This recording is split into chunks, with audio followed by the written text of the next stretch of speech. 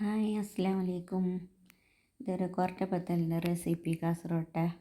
അപ്പോൾ എങ്ങനെ ഉണ്ടാക്കുന്നതെന്ന് ഞാൻ ലോങ് വീഡിയോ ആയിട്ട് ഇട്ടിട്ടുണ്ട് യൂട്യൂബിൽ. നിങ്ങൾ എങ്ങനെ ഉണ്ടാക്കുന്നതെന്ന് അറിയുന്നില്ലെങ്കിൽ അത് കണ്ടിട്ട് നോക്കിയെങ്കിൽ മതിയാവാം. ഇപ്പോൾ ഞാനിതിൽ ജസ്റ്റ് ഒന്ന് കാണിക്കുന്നുണ്ട്. ഇതാരെല്ലാം ഉണ്ടാക്കുന്നത്, നിങ്ങളെല്ലാം ഇങ്ങനെ ഉണ്ടാക്കലുണ്ടാ എല്ലാം കമൻ്റ് ആക്കണവേ. എൻ്റെ ചാനലിൽ പോയെങ്കിൽ ഇതിൻ്റെ ഫുൾ റെസിപ്പി ഇട്ടിട്ടുണ്ട്. അപ്പോൾ നിങ്ങളൊന്ന് കണ്ടിട്ടില്ല സപ്പോർട്ടാക്കണവേ.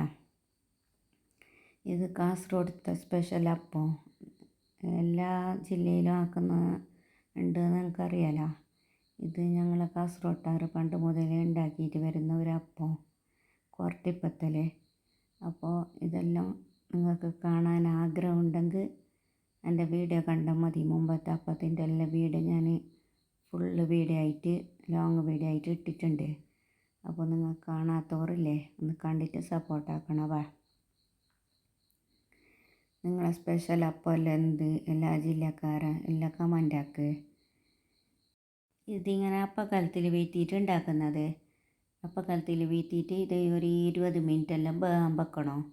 ഇത് ബിയന്ത് വന്നിട്ട് കിട്ടുന്നില്ല. ഇപ്പോൾ ഇതിൻ്റെ അപ്പക്കലത്തിൻ്റെ ഉള്ളിലേക്ക് വെള്ളമെല്ലാം വീട്ടിയിട്ടുണ്ട്. ആ വെള്ളമെല്ലാം തളിച്ചിട്ട് വന്നിട്ട് ഇത് വെന്തിട്ട് കിട്ടാൻ ഒരു 20 മിനിറ്റ് എല്ലാം വേണ്ടി വരുന്നത്. അപ്പോൾ 20 മിനിറ്റ് വേവിച്ചിട്ട് എടുത്തിട്ട് ഉണ്ടാക്കുന്നതാണ് ഇത്. അപ്പം നിങ്ങളെല്ലാം ഇങ്ങനെ ഒന്ന് ഉണ്ടാക്കിയിട്ട് നോക്കണവേ. നല്ല ടേസ്റ്റ് ഉണ്ട്. അപ്പോൾ ഇത് 20 മിനിറ്റ് വേകാൻ വേണ്ടിയിട്ട് വെക്കാം. നമുക്ക് വെച്ചിട്ട് 20 മിനിറ്റ് കഴിഞ്ഞിട്ടായിട്ട് ഞാൻ നിങ്ങൾക്ക് അപ്പത്തിനെ കാണിച്ച് തരാവേ. നല്ല സോഫ്റ്റ് അപ്പം, ഇറച്ചിക്കറി, മീനിൻ്റെ കറി, എന്തായെങ്കിലും എന്തിൻ്റെയൊക്കെയും നല്ലൊരു അപ്പമാണിത്. അപ്പോൾ നിങ്ങൾ അങ്ങനെ ഉണ്ടാക്കിയിട്ട് നോക്കണം. ഇപ്പോൾ ഇത് ബായച്ചപ്പലയിലെങ്കിൽ ഇങ്ങനത്തെ ഒരു പ്ലേറ്റിലും വെച്ചിട്ട് ഉണ്ടാക്കാം. ഇപ്പോൾ പണ്ട് മുതലേ ബായച്ചപ്പലയിൽ ഉണ്ടാക്കുന്നത് കൊണ്ട് ഞാൻ ബായച്ചപ്പലയിൽ തന്നെ വെച്ചിരുന്നത്. അധികമാളും ഇപ്പോൾ എല്ലാം പ്ലേറ്റിലല്ല വെക്കുന്നത്, ബായച്ചപ്പല ഇല്ലാത്തവർ. അപ്പോൾ അപ്പം റെഡി ആയിട്ടുണ്ട്. അപ്പോൾ ഇങ്ങനെ ഒരു അപ്പം നിങ്ങൾ ഉണ്ടാക്കിയിട്ടില്ലെങ്കിൽ ഉണ്ടാക്കിയിട്ട് നോക്കണവേ.